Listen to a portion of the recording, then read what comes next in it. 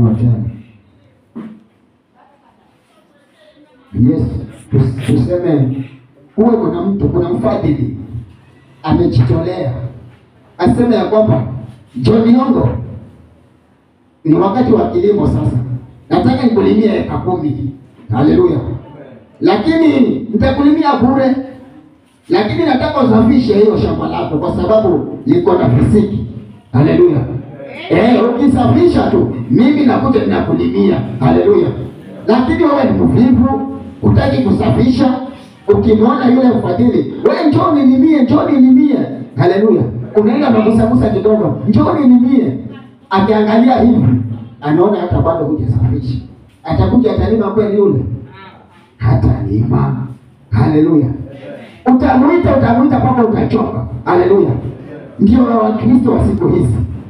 Yesu amesema ya kwamba atakayenipenda atazishika amri zangu, nami nitakuja na Baba yangu, tutafanya makao ndani yako. Haleluya. Sio lazima uniite. Haleluya. Ukifanya haya yangu nitakuja mwenyewe. Haleluya. Kwa hivyo ukifanya yale ya Yesu, Yesu atakuja ndani. Haina lazima umuite. Ukimuita utamuita utachoka. Fanya yale yake, yale masharti mwanzo.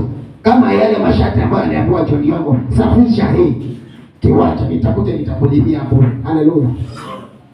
Pia wewe mtu wa Mungu, safisha moyo wako na maisha yako, zile takataka. Yesu aingie aje akufanyie yale ambayo unataka.